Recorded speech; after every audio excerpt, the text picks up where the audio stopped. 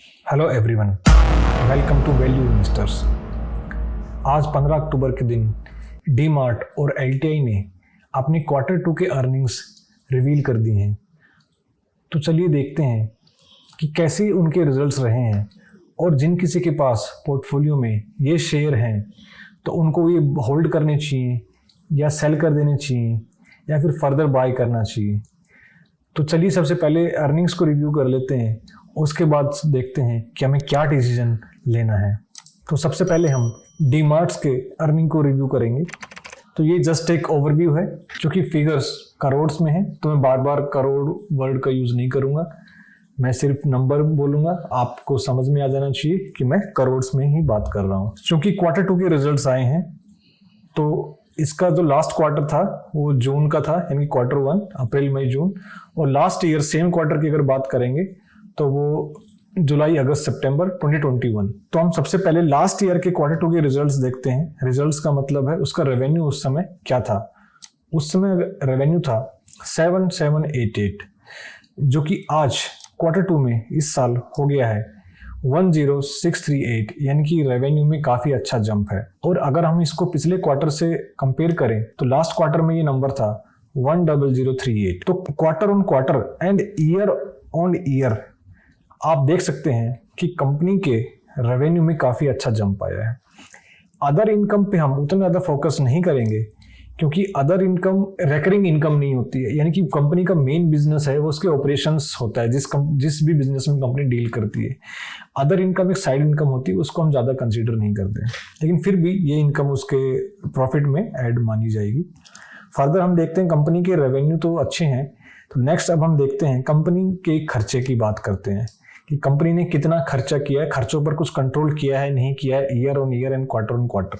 तो एक्सपेंस की बात करें तो ये सारे खर्चे हैं, purchase of stocks in trade, change in inventories, तो जितने भी खर्चे हैं ये हम सारे जोड़ लें तो टोटल जो एक्सपेंस है हमारा वो Q2 में जो हमारा टोटल एक्सपेंस था वो 9925 का था। इसके पिछले क्वार्टर में ये 9191 का था, यानी कि इस बार लगभग 750 करोड़ रुपए से ज़्यादा का खर्चा एडिशनल हुआ है। और पिछले साल सेम क्वार्टर Q2 में बात करें तो ये खर्चा था आपका 7248 करोड़ का। तो जैसे जैसे इनकम बढ़ी है कंपनी की, खर्चे भी बढ़े ही हैं। तो अब हम देखते हैं कि ये खर्चा काटने के बाद हमारे पास बचता क्या है, कितना प्रॉफिट हमारा आता है। तो ये प्रॉफिट हमारे इस क्वार्टर का आ रहा है 747, मैं राउंड ऑफ में बता दे रहा हूँ, जस्ट 748 इसको कंसिडर कर लेते हैं, जबकि लास्ट क्वार्टर में ये था 875। तो क्वार्टर ऑन क्वार्टर प्रॉफिट कम हुआ है। लेकिन अगर हम ईयर ऑन ईयर बात करें, लास्ट ईयर सेम Q2 में ये हमारा प्रॉफिट था 567 का, तो 567 का नंबर बढ़ के हो गया है 747। लेकिन पिछले क्वार्टर से अगर कंपेयर करते हैं तो 875 से घट के नंबर हो गया है 747। तो इससे क्या कंपनी खराब हो गई है क्या? नहीं, ऐसा नहीं है। हमें कभी भी किसी कंपनी का एवरेज परफॉर्मेंस देखना होता है। ये जस्ट एक quarter on quarter and year on year number है, इससे हम कुछ ज़्यादा पता नहीं लगा सकते। तो आगे चलते हैं। अब चूंकि हमारे पास कुछ अर्निंग हो गई है तो हमें गवर्नमेंट को टैक्स भी देना होता है। तो गवर्नमेंट के टैक्स देने के बाद हमारा जो नेट प्रॉफिट आफ्टर टैक्स है, ये टैक्स है वो हम पे कर दिया है हमने, और नेट प्रॉफिट आफ्टर टैक्स जो हमारा बचता है वो इस क्वार्टर में, यानी कि Q2 का है 685 करोड़ की हमें सेविंग हुई है, जो कि लास्ट क्वार्टर में 642 थी, और लास्ट सेम क्वार्टर में लास्ट ईयर 417 करोड़ थी। तो इसमें नेट प्रॉफिट में year on year and quarter on quarter काफी अच्छा जंप है। लेकिन क्वार्टर ऑन क्वार्टर इतना ज्यादा अच्छा जंप नहीं है, ईयर ऑन ईयर काफी अच्छा जंप है। अब इतना जंप क्यों नहीं है? क्योंकि कंपनी हर क्वार्टर में कुछ नए स्टोर्स ओपन कर रही है। तो जब भी कंपनी अपने कोई नए स्टोर्स ओपन करती है तो वो खर्चा, जो लैंड परचेज करने का, बिल्डिंग को खड़ा करने का जो खर्चा है वो कंपनी का बढ़ता जा रहा है। एक टाइम ऐसा आएगा कंपनी अपनी टारगेट के अकॉर्डिंग, जो भी कंपनी के टारगेट हैं, कि लेट्स अज्यूम मान लो कंपनी को 1500 स्टोर बनाने हैं पूरे इंडिया में, तो जब वो उसके स्टोर बन जाएंगे और उनसे जो रेवेन्यू आना स्टार्ट होगा तो उस टाइम कंपनी का रेवेन्यू अपने पीक पे चला जाएगा, जबकि खर्चे काफी कंट्रोल हो जाएंगे। खर्चे कंट्रोल इसलिए भी हो जाएंगे क्योंकि उस समय चूंकि कोई नई बिल्डिंग नहीं बन रही होगी और केवल जो ऑपरेशनल खर्चे हैं वही रह जाएंगे उस टाइम तक, तो कंपनी के रेवेन्यू में फ्यूचर पॉइंट ऑफ व्यू से काफी अच्छा ग्रोथ आने वाला है। ये हम आज ही प्रेडिक्ट कर सकते हैं। तो नेक्स्ट अब हम देख लेते हैं अर्निंग्स पर शेयर। तो अर्निंग पर शेयर हम देखें तो लास्ट ईयर क्वार्टर 2 में जो कि बेसिक जो अर्निंग पर शेयर था वो ₹6.45 था, जो कि आज ₹10.58 है। तो काफ़ी अच्छा जंप है। और सेम यही पिछले क्वार्टर में ₹9.93 था। तो अब हमने मोटा मोटी देख लिया है कि कंपनी के जो नंबर्स हैं वो मेरे हिसाब से तो अच्छे हैं। तो अब क्वेश्चन ये आता है कि क्या हमें कंपनी में बने रहना चाहिए या क्या डिसीजन लेना है। सबसे पहले हम कंपनी का चार्ट देख लेते हैं। तो 1 डे के चार्ट पे आप देख सकते हो कंपनी ठीक है, फ्लक्चुएट स्टॉक का प्राइस कर रहा है। अगर हम 1 साल का अगर हम चार्ट पैटर्न देखें तो आप कहोगे कि ये तो 12% डाउन ही है, कुछ खास परफॉर्मेंस कंपनी ने किया नहीं है, ठीक है।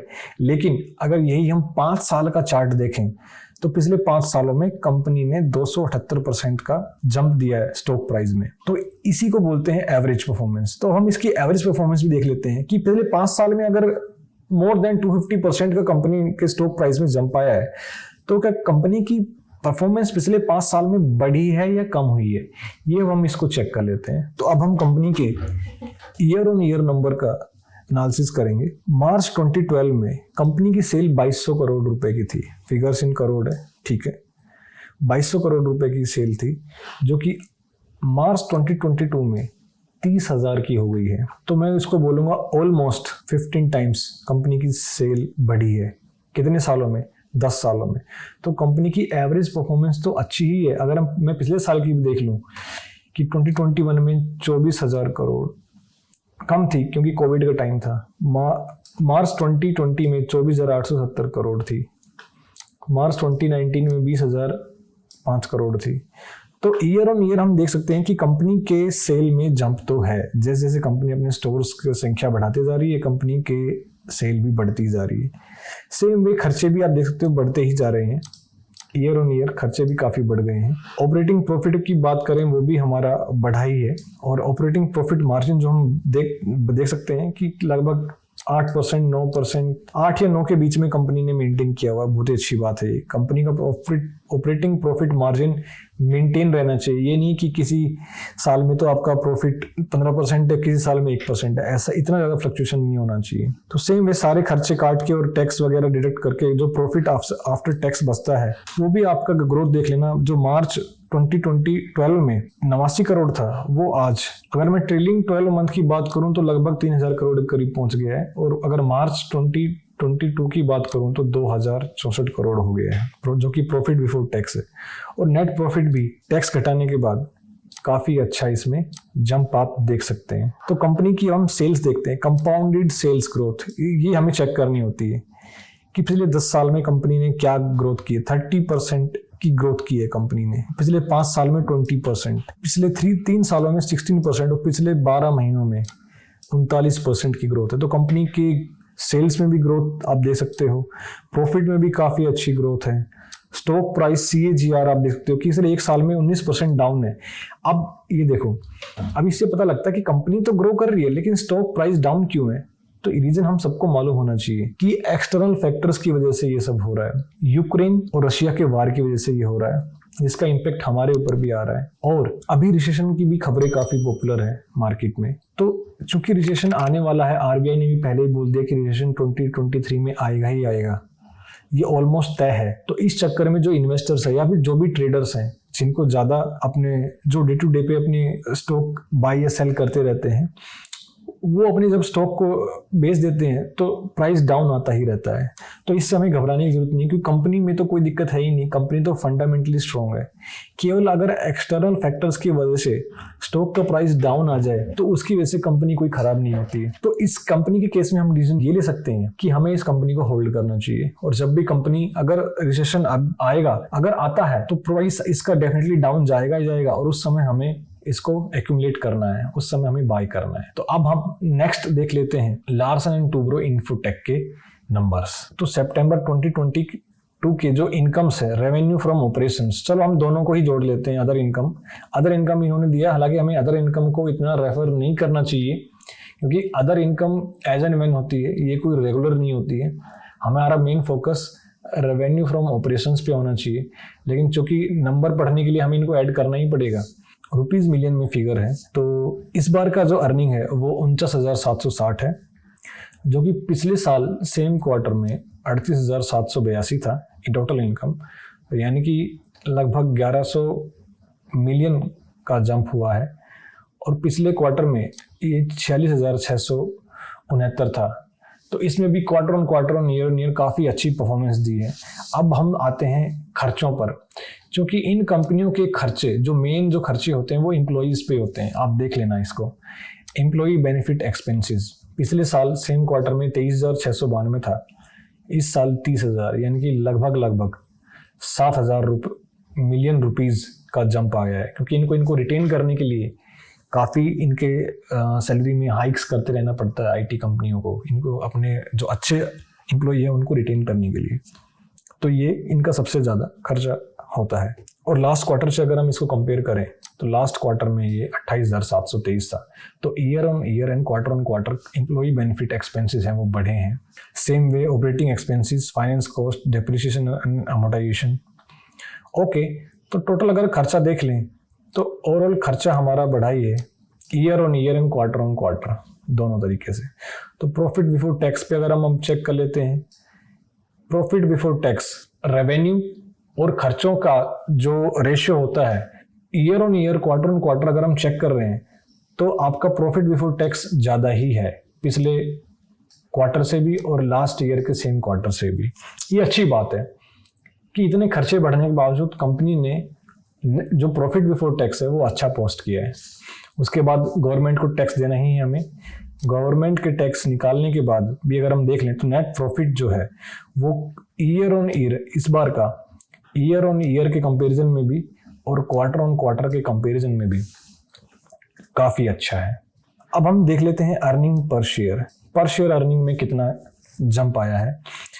तो एक साल पहले अर्निंग पर शेयर था 31.50 रुपये, जो कि इस बार है 38.75 रुपये। अब चूँकि प्रॉफिट और मार्जिन्स दोनों में आपका अच्छा जंप आया है तो उसके चलते अर्निंग पर शेयर में भी ये जंप आपको देखने को मिल रहा है। और लास्ट क्वार्टर से कंपेयर करें तो उससे भी ये ज़्यादा ही है। तो अब कैक्स क्या निकलता है? देखो, कंपनी छोटी है, उतनी बड़ी नहीं है, मिड कैप टाइप की कंपनी है। तो अगर हम इस कंपनी के पिछले 5 साल का अगर हम परफॉर्मेंस देखें तो पिछले 5 सालों में 479% का इसने स्टॉक प्राइस में बेनिफिट दिया है। पी रेशियो इस कंपनी का अभी 33.82 पर चल रहा है, यानी कि इतना ज़्यादा महंगा नहीं है। अगर आप सेम वे अगर हम देखें पी रेशियो, अगर हम डीमार्ट का देख लें कि डीमार्ट का क्या चल रहा है तो 137.53 रुपये पर है। यानी कि अगर आपको 1 रुपये की अर्निंग करनी है तो एक डीमार्ट के थ्रू तो आपको 137 रुपये देने पड़ेंगे। वहीं पे अगर आपको 1 रुपये की अर्निंग LTI में करनी है 33.82 रुपये देने पड़ेंगे। तो पी से आप अंदाजा लगा सकते हैं कि डीमार्ट बहुत ही ज्यादा ओवर वैल्यूड है। अब ओवर वैल्यूड वो क्यों है? वो कंपनी ओवर वैल्यूड इसलिए है क्योंकि फ्यूचर में लोग एक्सपेक्ट कर रहे हैं उसकी अर्निंग काफी बढ़ेगी। तो लोग अभी से ही बहुत ज्यादा प्रीमियम लोगों ने देना स्टार्ट कर दिया उसके शेयर को बाइंग करने के लिए। तो अब हम लार्सन एंड टुब्रो का 1 साल का परफॉर्मेंस देख लेते हैं। ये भी कंपनी 1 साल में 20% डाउन है। तो क्या ये कंपनी खराब हो गई? क्या नहीं। कोई भी कंपनी जो कि क्वार्टर ऑन क्वार्टर और ईयर ऑन ईयर इतने अच्छे रिजल्ट पोस्ट कर रही है वो खराब कैसे हो सकती है? लेकिन शेयर डाउन क्यों है? इसीलिए डाउन है क्योंकि फ्यूचर में इसकी अर्निंग कम होने वाली है। तो इससे क्या कंपनी खराब हो जाएगी, क्या बंद हो जाएगी? क्या नहीं, ऐसा नहीं है। स्टॉक मार्केट में ऐसे ही चलता है कि लोग पहले ही प्रेडिक्ट कर लें कि रिसेशन आने वाला है तो आईटी कंपनी के बिजनेस पे इम्पैक्ट आने वाला है, तो वो पहले ही उसको सेल करना स्टार्ट कर देते हैं। तो इसीलिए अगर आपको स्टॉक मार्केट में पैसा कमाना है तो आपको इन सब छोटी छोटी बातों का पता होना चाहिए और स्टॉक मार्केट कैसे काम करता है इसका भी आपको एक बेसिक आइडिया होना चाहिए। तो अब चूंकि हमने दोनों कंपनियों का एक ओवरव्यू कर लिया है इनकी अर्निंग्स का, तो अब हम ये कह सकते हैं कि दोनों कंपनियां फंडामेंटली स्ट्रॉन्ग है। इनकी अर्निंग में बिजनेस में कोई दिक्कत नहीं, बिजनेस बहुत ही अच्छा चल रहा है। केवल एक्सटर्नल रीजन की वजह से कंपनी के शेयर पिछले 1 साल से डाउन है। तो क्या अब हमें ये बाय कर लेनी चाहिए? दोनों ही शेयर हमें बाय करने चाहिए, लेकिन अभी नहीं। हमें अगले साल रिसेशन के आने तक वेट करना चाहिए। जब रिसेशन आएगा तो फॉरेन की मार्केट्स और भी ज्यादा डाउन जाएंगी, तो उसका इम्पैक्ट इंडियन मार्केट पे भी आएगा ही आएगा। और उस समय हमें इन कंपनियों को बाय करना है। हमें अभी क्या करना है? हमारे पास जो स्टॉक्स है वो हमें सेल नहीं करने, उनको हमें अपने पोर्टफोलियो में एज चीज रखना है और शेयर प्राइस जब डाउन जाए हमें उस समय बाय करना है। और अगर किसी के पास ये शेयर अभी नहीं है तो उसको कब बाय करना है, तो उसको बाय भी तभी करना है, अभी इसमें कोई पैसा नहीं लगाना है। तो तब तक अपने फंड को आप इकट्ठा करके रख लीजिए, एक्सेल शीट बना लीजिए, उस एक्सेल शीट में ये मेंशन कर लीजिए कि कंपनी का एवरेज परफॉर्मेंस क्या है, और जब इसका प्राइस डाउन आएगा मैं एक सेपरेट वीडियो भी बना दूंगा, उस समय आप वो वीडियो देख के भी आपको एक अंदाजा लग जाएगा कि अभी बाय करने का समय आ गया है। तो फिलहाल के लिए इतना ही, मिलते हैं नेक्स्ट वीडियो में।